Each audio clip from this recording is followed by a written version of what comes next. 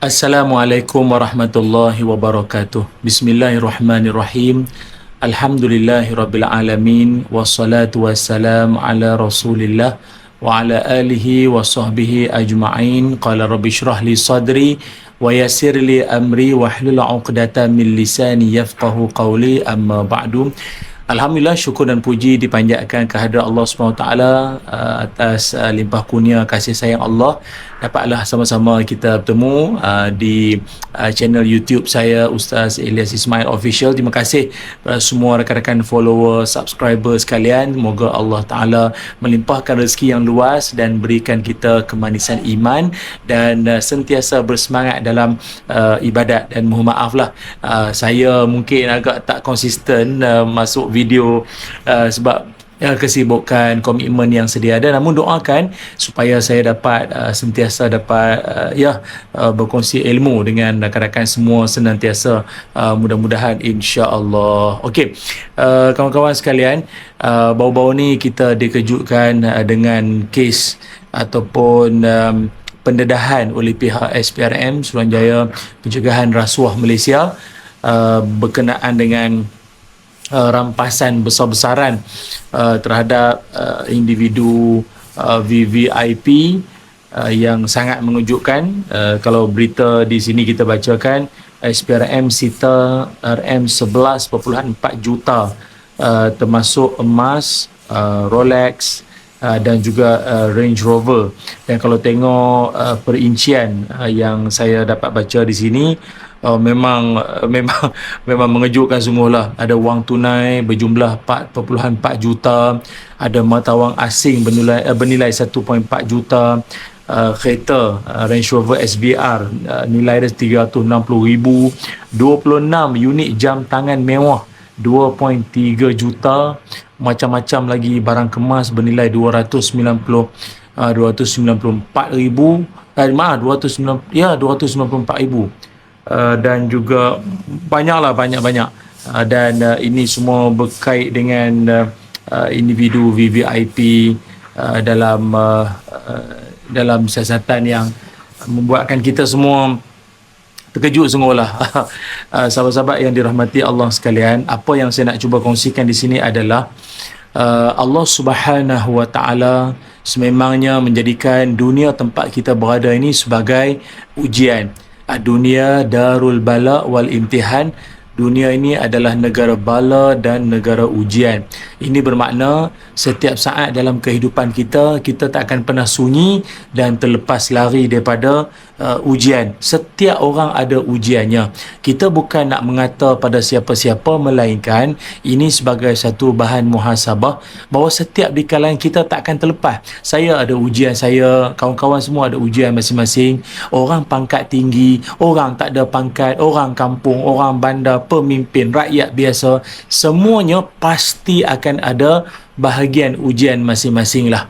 Sebab itu dalam Quran Allah Subhanahu Wa Taala berfirman, kata Allah, a'udzubillahi minasyaitonirrajim, zuyyina lin-nasi hubbus syahawati minan nisa wal banin wal qanatiril muqantarati minaz zahabi wal fiddah wal khailil musawwamati wal an'am wal harth dzalika mata'ul hayatid dunya wallahu 'indahu husnul ma'ab. Sadaqallahul azim. Allah Subhanahu Wa Taala berfirman, dihiaskan, dijadikan indah kepada manusia itu kesukaan kepada benda-benda yang diinginkan oleh nafsu perempuan-perempuan atau wanita-wanita maupun anak-anak pinak, dan juga harta benda yang banyak bertimbun-timbun daripada emas, perak, kuda peliharaan yang bertanda lagi terlatih, binatang-binatang ternak serta kebun, tanam-tanaman. Semuanya itu ialah kesenangan hidup di dunia, dan pada sisi Allah itulah sebaik-baik tempat kembali. Surah Ali Imran ayat 14. Surah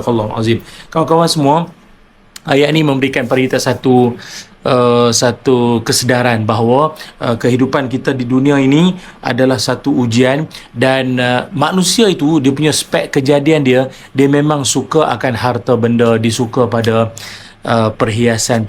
Perhiasan tu maknanya sesuatu yang memberikan kita keseronokan, keindahan, kecantikan. Sebab itu kata ulama, kita dengan perhiasan ni kena ada 3 sikap. 3 sikap kita terhadap perhiasan. Pertama sekali, jangan tak pakai langsung. Kita dengan perhiasan, jangan tak pakai langsung, pakailah. Ada orang perhiasan laki-laki tak banyak sangat lah. Mungkin jam tangan, mungkin serban, kopiah, ridak ke apa. Perhiasan di samping nak dapat pahala bercantik-cantik kerana Allah. Satu. Yang keduanya, kita dengan perhiasan ni, jangan berlebih-lebihan. Jangan berlebih-lebih pula. Melampau-lampau sangat. Apa kalau berbedak pun melampau sangat. Janganlah. Lagi apa? Dan yang ketiganya, jangan kita salah meletakkan perhiasan tu. Maka dari sudut perhiasan, kita dapat bagi satu kefahaman bahawa kehidupan sama. Harta, jangan tak ada harta langsung, tapi jangan pula berlebih-lebihan dengan harta. Dan harta pula jangan salah parking, jangan salah letak. Tapi dalam masa yang sama, teringat saya akan pesan Imam Syafi'i rahimahullah. Kata Imam Syafi'i, a'azzul asya' salah satun. 3 perkara paling berat dalam hidup seseorang. Pertama sekali, nak berkata perkara yang benar, perkara yang hak di hadapan pemimpin yang zalim. Berkata yang benar. Ayat biasa kita dengar, qulil haq walau kana murran, berkata benar walaupun ianya pahit. Lagi-lagi di hadapan pemimpin yang zalim. Macam-macam tindakan dia boleh ambil terhadap kita yang berkata benar ni. Satu. Yang keduanya adalah engkau tidak melakukan maksiat dikala engkau sendirian. Maksudnya ini soal integriti.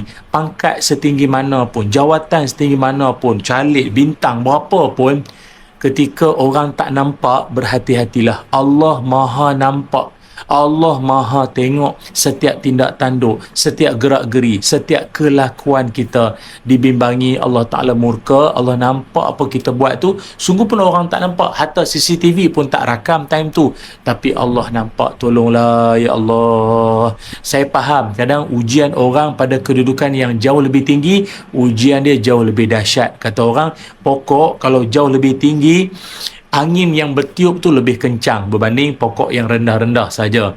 Dan yang ketiganya, kata Imam Syafi'i, perkara yang susah adalah engkau bersedekah dikala engkau pun susah. Memang pun kita nak sedekah, kita pun tengah susah, tapi ketiga-tiga perkara ini harus disemat dalam jiwa kita. Ya Allah, semoga apa yang kau kurniakan pada kami ya Allah, pangkat, jawatan, kedudukan, posisi, kehormatan, dan juga ilmu, dan juga kepercayaan orang, itu kami pelihara dengan sebaik-baiknya ya Allah. Jauhkanlah kami daripada sebarang bentuk fitnah yang kami tak tertanggung. Dan ya Allah, kuatkanlah kami dikala kami terasa goyang, dikala kami rasa macam tak mampu nak hadap tu ya Allah. Kuatkan iman kami, teguhkan kekuatan dalaman akidah kami ya Allah.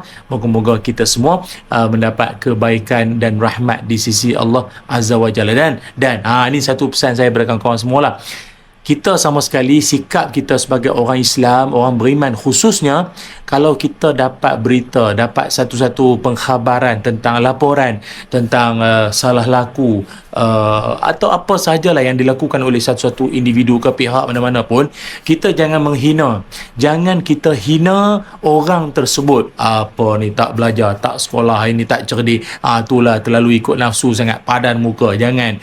Kita jangan hina pendosa seolah-olah macam kita tak pernah ada dosa. Jangan.